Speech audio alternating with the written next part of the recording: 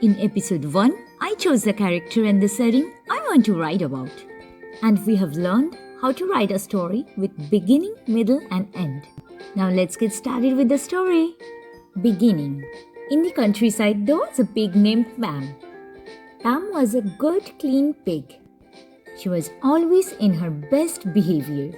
She had never stepped into a single muddy puddle, not even by mistake. All the other pigs used to call her Tiddy Pig. And she was very proud of herself. Middle.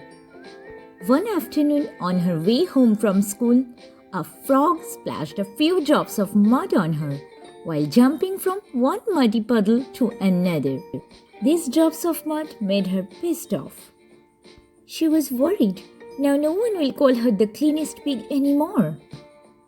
She tried to take the mud off her dress and flee before anyone spotted the mud in her dress. As she takes the next step towards her home, she slipped into a gigantic muddy puddle. The frog giggled. Pam the piggy let out a chuckle. And they rolled, jumped, wobbled and splashed in the puddle until they got all covered in mud.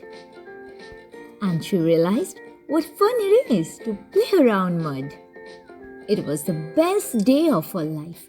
In fact, it was the perfect day of her life for not being so perfect.